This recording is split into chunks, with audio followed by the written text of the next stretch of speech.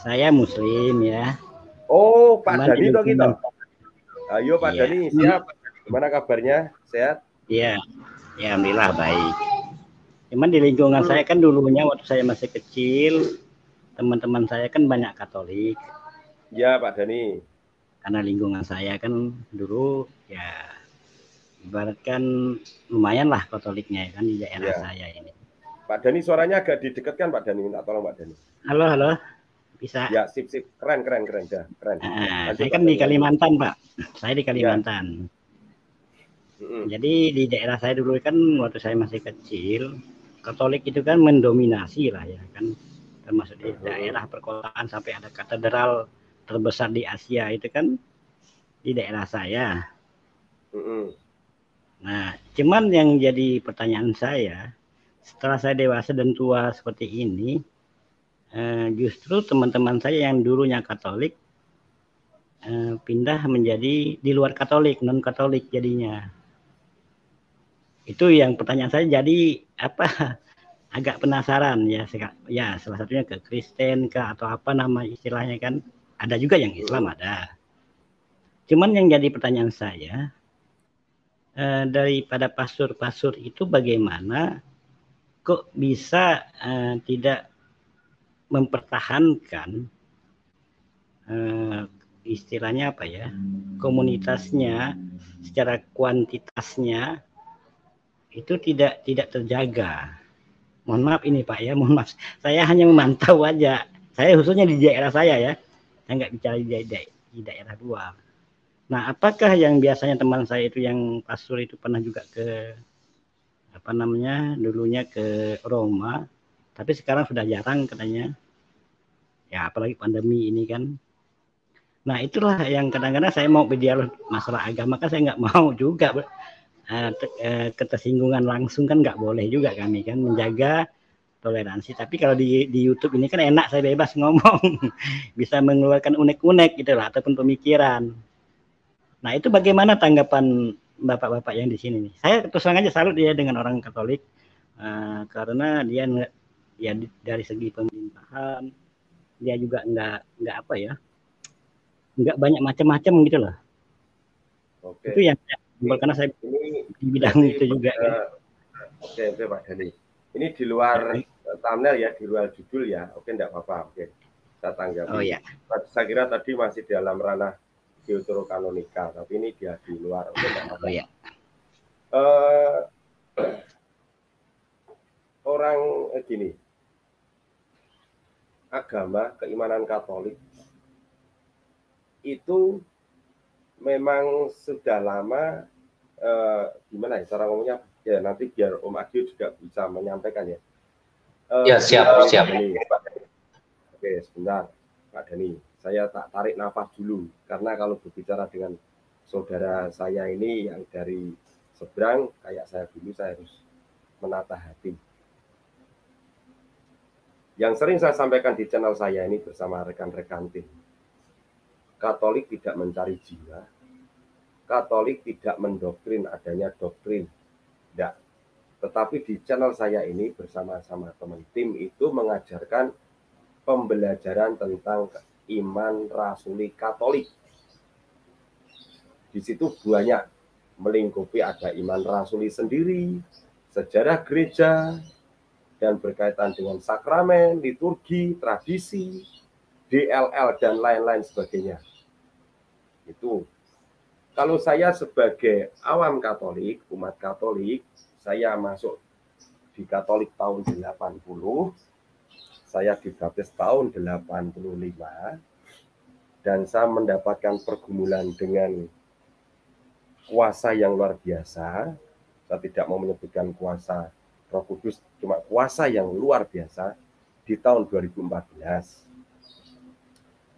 Banyak teman-teman saya, sahabat-sahabat saya, Katolik, dia buta akan Alkitab, Pak. Kayak saya. Saya memperdalam Alkitab itu semenjak saya bikin channel Damai Kasih channel ini lah. Karena Romo aja mengajarkannya lebih merujuk pada implementasi atau action, aktualisasi tentang kasih. Pewartaan Injil tentang kasih.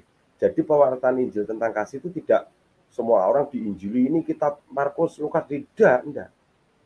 Pewartaan Injil tentang kasih itu diwujudkan dalam kehidupan bersosial atau bermasyarakat.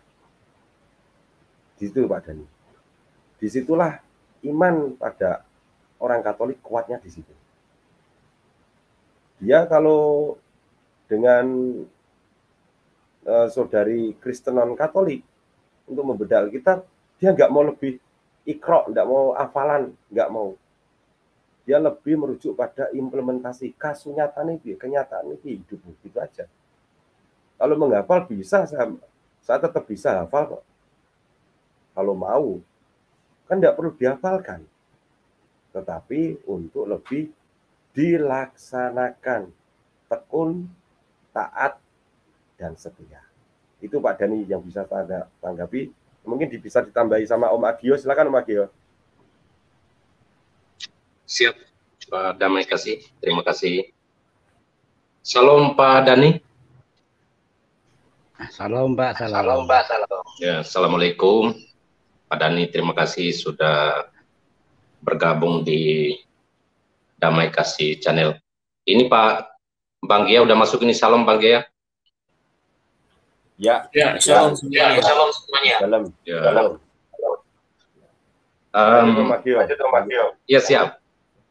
Pak Dani, kalau menurut saya begini, kalau persoalan di lingkungan Bapak, terus teman-teman yang Katolik banyak yang pindah ke Muslim, terus bagaimana peranan para Romo tidak menjaga sampai keluar. Nah, kalau persoalan itu tidak hanya di lingkungan Bapak saja, Pak. Di lingkungan saya maupun di tempat lainnya. Maksudnya bukan dari Katolik aja ke Muslim, tetapi banyak juga Muslim yang datang ke Katolik, termasuk Pak Damai Kasih Channel ini, maupun juga teman-teman yang lainnya, dan juga ada yang ke Kristen Protestan, dan banyaklah. Tapi setidaknya kita, menurut saya ada beberapa hal yang yang melatar belakangi. Yang pertama, bahwa setelah adanya zaman informasi ini, mungkin banyak orang semakin ingin mencari bagaimana kebenaran hakiki itu bagi dirinya. Itu poin pertama. Poin yang kedua adalah juga ada berbagai pengaruh-pengaruh seperti pengaruh lingkungan, sosial, ekonomi, maupun bisa saja juga karena tekanan-tekanan di dalam lingkungan di mana dia hidup. Dan menurut saya, menurut negara kita sangat memberikan kebebasan untuk hal itu. Mau pindah ke agama ini, A ke B, dan lain sebagainya. Tapi hal yang penting yang ingin saya sampaikan adalah bahwa kita terbantu dengan zaman informasi ini. Jadi benar-benar bagaimana mencari kebenaran sejati atau kebenaran hakiki. Itu poinnya yang ingin saya sampaikan. Jadi tidak masalah yang di lingkungan Bapak itu yang penting, tetapi yang terpenting adalah Bapak bisa, kita tanpa saling mengenal, Bapak ada di dalam sini, kita bisa ngobrol-ngobrol, dan bisa bertanya banyak bagaimana kebenaran hakiki yang dari Tuhan kita itu yang kita cari. Persoalan-persoalan seperti yang Bapak cerita tadi, banyak juga saya lihat di sekitar sini, bahkan juga teman-teman sendiri. Ada banyak faktor lah. Faktor ingin dapat jabatan, faktor ingin dapat lingkungan supaya dia tidak merasa terasing, dan pengaruh-pengaruh lainnya. Saya rasa saya sangat yakin bahwa itu tidak 100% adalah kebenaran yang dia temukan. Dan hal itu kita bisa diskusikan. Kita diskusikan atau dalam pertanyaan yang nanti Bapak sampaikan. Itu untuk sementara dari saya. Kalau ada lanjutan nanti saya tanggapi kembali. Demikian pada Mekasi saya kembalikan. Terima kasih Om Madio. Boleh saya? Oke. Jadi begini, teman saya kan, bukan teman, termasuk profesor saya kan, saya sebut aja namanya ya. Dia seorang profesor, yaitu namanya Profesor Dr. Andi Liling, dan rumahnya tidak jauh dari rumah saya juga. Yang kedua, Dr. Sutanto.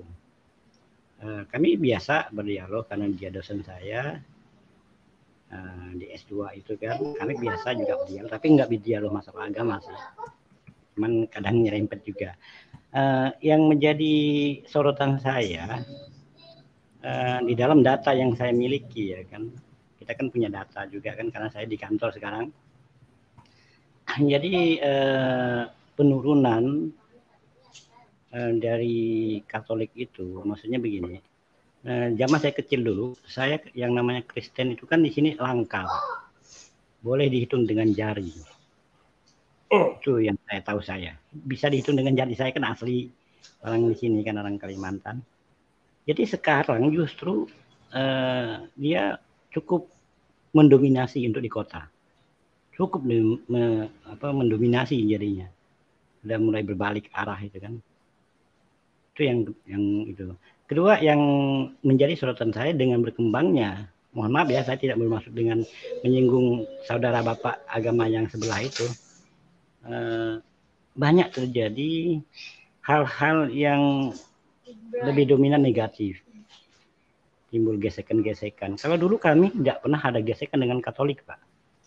Kita nggak pernah ada gesekan dengan teman-teman kita yang di Katolikan di tempat daerah saya. Sejak mulai masuknya, mungkin Bapak saya pernah dengar, saya kan sering juga mendengar di YouTube Bapak ini, walaupun saya nggak masuk, karena waktunya nggak ada, yang Bapak katakan bidat-bidat dari Katolik itu. Nah itulah yang kadang-kadang memprihatinkan juga untuk kenyamanan kita berbangsa dan bernegara. Karena di sana yang mohon maaf ya Pak ya, bukan dengan Bapak nih, yang bidat yang Bapak katakan itu lebih cenderung menimbulkan kebohongan, kedustaan. Kemarin juga hampir terjadi loh Pak, kebohongan mereka.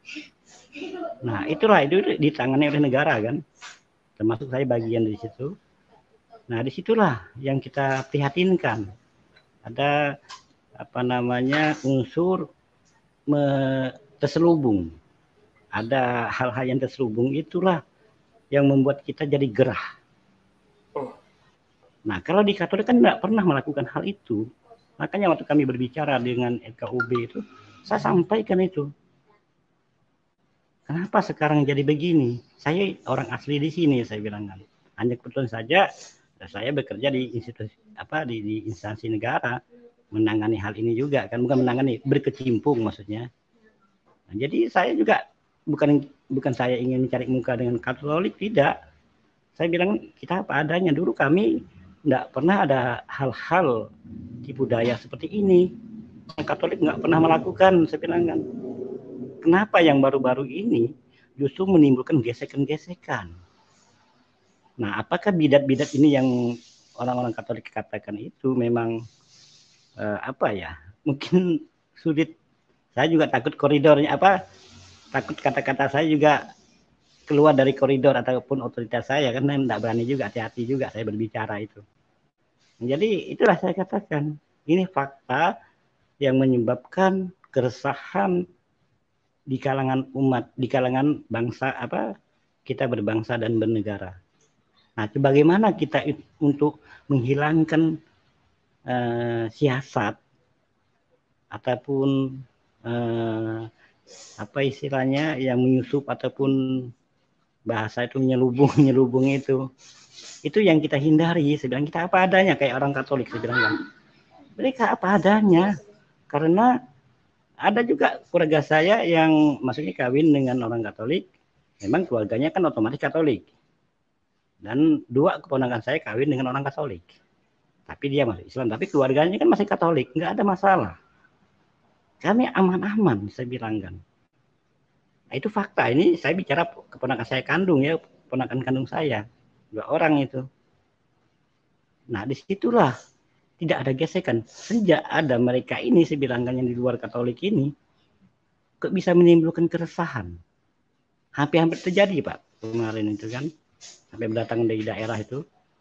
Makanya dari pemerintah juga kaget. Setelah ditemukan, dihadap-hadapkan, ternyata ada manipulasi rekayasa. Dan ada mencoba menyebarkan isu hoax. Nah, itulah yang terjadi. Tapi orang Katolik santai-santai aja, nggak ada masalah. Jadi itulah bagaimana nih menurut Bapak antara kita ini mendamaikan anak bangsa ini supaya tidak ada terselubung sesuatu yang terselubung itu. Kita fair aja seperti zaman kita masih muda, Pak. Ya silakan, silakan, Pak. Saya boleh tanggapi, Pak. Ya, monggo. Silakan. Ya, oke, saya tanggapi dulu dari pernyataan Bapak di awal. Mohon maaf Pak Damai, nanti baru kita lanjutkan bagian yang belum dilanjutkan dari topik. Oke, yang pertama saya tanggapi, Pak Dani, kami gereja Katolik itu mempunyai data. Jadi di setiap gereja atau paroki itu punya data kartu keluarga gereja. Jadi kalau kita belajar soal di Indonesia memakai kartu keluarga itu sebenarnya mengambil dari bentuk yang dipakai oleh gereja Katolik, di mana di setiap lingkungan, ya lingkungan itu terkecil dari gereja, bahkan di keluarga itu ada yang namanya kartu keluarga. Jadi kalau seandainya Bapak tadi mempertanyakan soal Katolik ada yang pindah ke seberang atau ke tempatnya Bapak, itu perlu dicek di paroki, Pak. Tidak bisa dengan data yang ada di pemerintah sekalipun. Karena apa? Karena di gereja itu sudah tercatat dengan rapi, bahkan mulai dari lahir sampai menikah, sampai mati, ada datanya. Jadi kalau seandainya kita bicara soal data, mohon maaf ini saya bukan membantah omongan yang Bapak sampaikan, tetapi saya bicara by data. Kalau gereja Katolik, soal data itu rapi, mulai dari paroki ada yang namanya kartu keluarga. Berpusat di keuskupan. Jadi semua paroki yang ada di sebuah provinsi, kalau Bapak tadi di Kalimantan, saya tahun 2018 pernah ke Kalimantan juga, Pak. Di sana saya juga datang ke Gereja Santo Yosef yang besar di sana itu, Kalimantan Barat. Jadi di setiap paroki, setiap gereja yang ada di bawah keuskupan itu ada data di pusat, yaitu di keuskupan. Mulai dari paroki sampai keuskupan, mulai dari lingkungan, paroki, dan keuskupan. Jadi kalau kita mau cek itu benar orang Katolik atau bukan, kita harus cek by data. Karena begini, banyak juga yang mengaku-ngaku Katolik atau banyak yang beribadah di Katolik tapi dia bukan Katolik. Ada yang mengaku-ngaku Katolik juga. Contoh lah, saya kasih contoh. Misalnya banyak yang pindah di tempatnya Pak Dani misalnya ya. Saya kasih contoh saja. Ada yang ngaku-ngaku mantan pastor. Contoh, itu Stephen Indawibowo. Ngaku mantan pastor. Setelah ditelusuri ya, makanya saya bilang tadi by data Pak. Bicara by data. Setelah ditelusuri yang namanya Stephen Indawibowo itu tukang-tukang bersih di gereja. Bukan pastor. Nah, jadi kalau ada yang ngaku-ngaku perlu ditelusuri Pak. Jadi ini juga saya memberitahu kepada Pak Dani, kalau suatu saat nih ya, kalau Katolik ini datanya lengkap. Kalau suatu saat nih Pak, kalau Bapak temukan di masjid Bapak atau dimanapun, Anda temukan ada orang Katolik dia ngaku, saya ini seorang pastor, saya ini mantan biarawan. Bapak saya sarankan datang dan tanyakan pada orangnya, kamu itu parokinya gereja mana? Setelah Bapak tahu, datang ke sekretariatnya tanya, Pak, yang bernama ini tolong dicek apakah dia benar gereja di sini. Kalau tidak ditemukan namanya, berarti itu artinya bukan seorang Katolik. Karena syarat seorang Katolik dia mempunyai kartu keluarga gereja. Itu syaratnya. Dan sekarang karena saya pernah menangani ini Pak, makanya saya berbicara memberitahu ke Bapak. Dan sekarang di Katolik itu Pak, yang dulu itu kan masih manual kakaknya, kartu keluarganya. Sekarang sudah digitalisasi. Ya. Saya salah satunya yang juga membantu untuk digitalisasi waktu itu, ya. Sudah digitalisasi. Kenapa saya bilang penting data? Contoh Pak, saya beritahu ke Bapak, di Jakarta itu pernah saya menjadi tim digitalisasi gereja, dokumen gereja. Bahkan yang dibaptis tahun 1901 itu namanya ada Pak, walaupun bukunya sudah lapuk. Makanya digitalisasi, di foto, ya. Itu dia dibaptis 1901, ya. Lalu ada yang meninggal pada tahun 1902, itu datanya ada. Artinya apa? Yang pertama ini saya mau beritahu Bapak, kalau bicara soal gereja Katolik itu organisasi terstruktur, tidak seperti yang lain. Kami itu terstruktur, makanya ketika kami bicara, kami harus hati-hati karena kami itu mirip seperti negara. Negara itu ada RT, RW, kelurahan, kecamatan, kabupaten, provinsi, lalu presiden. Jadi ada urutan-urutan yang harus memang kita perhatikan di sini, Pak. Jadi gereja Katolik itu tidak bisa bicara hanya bebas begitu saja. Ya, maksudnya bebas begitu saja, lalu tiba-tiba ada di lingkungan Bapak, misalnya Bapak lihat, oh dia sering ke gereja, tapi setelah dicek dia tidak punya kakak gereja, oh berarti dia bukan Katolik, dia itu hanya sering saja, kan tidak ada larangan dari gereja lain beribadah di gereja kami, Pak. Oh ternyata dia hanya beribadah, tidak ada punya kakak gereja. Setelah misalnya Bapak cross check, oh yang bernama ini misalnya namanya Bejo misalnya, Bapak datang ke sekretariat gereja, yang bernama Bejo tinggal di RT 5 RW 7 itu, tolong dicek apakah dia ada datanya dalam gereja Katolik. Kalau tidak ada, berarti dia itu hanya numpang lewat, Pak, atau hari itu dia beribadah di situ. Nah, itu yang perlu dicek by datanya, karena rapilah data gereja Katolik itu, sehingga kalau penghitungan umat di gereja Katolik itu ada namanya yang mencatat di Vatikan pusatnya, ya, selain tadi di keuskupan lalu ke Vatikan, ada juga yang mencatat bagian-bagian itu, Pak.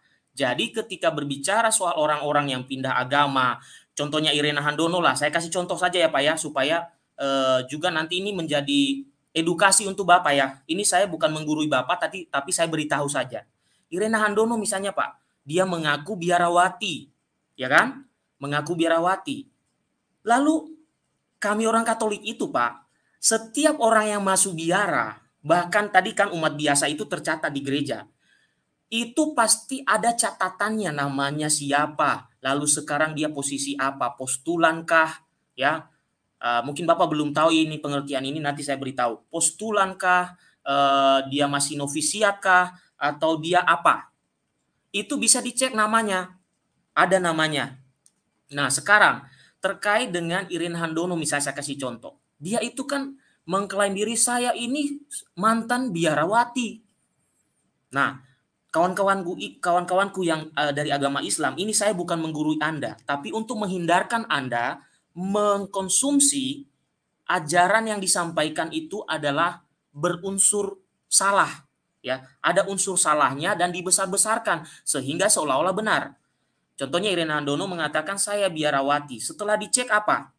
Teman seangkatannya mengatakan dia itu belum lulus, dia itu ditolak, ya, dia itu baru postulan itu baru awal Pak, baru setahun dalam biara Pak, baru setahun dalam biara, ada syarat-syaratnya yang tidak terpenuhi, ya, diceritakan oleh teman suster yang masuk berbarengan dengan dia, tapi yang dia tidak jadi, yang suster ini jadi, dia ceritakan dia belum lulus. Bagi kami orang Katolik, kalau ada yang aku begitu, kami hanya tertawa, Pak. Nah, ini kan kasihan untuk teman-teman kita ya, yang Muslim, yang menerima mereka orang-orang semacam itu. Mereka berdusta tentang kehidupan masa lalu mereka demi mencari popularitas. Tidak apa-apa kalau dia mengaku juga itu memang dia benar suster ya, tidak masalah itu. Itu kan hak dia, mau pindah agama, mau jungkir balik, itu haknya dia. Tapi yang menjadi bahan tertawaan dalam hati kami adalah ketika mereka pindah ke sana, mereka ngaku itu tokoh-tokoh agama. Tapi orang Islam ini tidak mencari tahu. Nah ini mungkin saya mewakili ini, saya sampaikan kepada saudaraku Dani, ini karena untuk membantu juga kawan-kawan Islam terhindar dari kebohongan-kebohongan orang yang ternyata misalnya dia masuk Islam itu untuk mencari uang, ya kan? Untuk mencari popularitas, untuk mencari nafkah, mohon maaf ini tanda petik, ya. Untuk menghindarkan itu Pak Dani, kalau ada siapapun ya mengklaim diri misalnya pindah ke agama Pak Dani atau ke agama lain, mengklaim diri saya ini dari Katolik loh. Ya, seperti yang ngaku di Edis TV itu ada Maksi kemarin. Dia mengaku dia gereja di CB. Tahu nggak CB itu apa, Pak? Itu kongregasi para suster. Maka saya tanya ke dia, apakah Anda seorang perempuan atau laki-laki? Kok bisa Anda masuk kongregasi gitu loh? Nah, kemarin saya sudah komen di channel saya Pak Degias Official ini. Dia komen di situ Maksi itu yang bernama Max itu. Dia komen, dia berkata saya gerejanya di CB.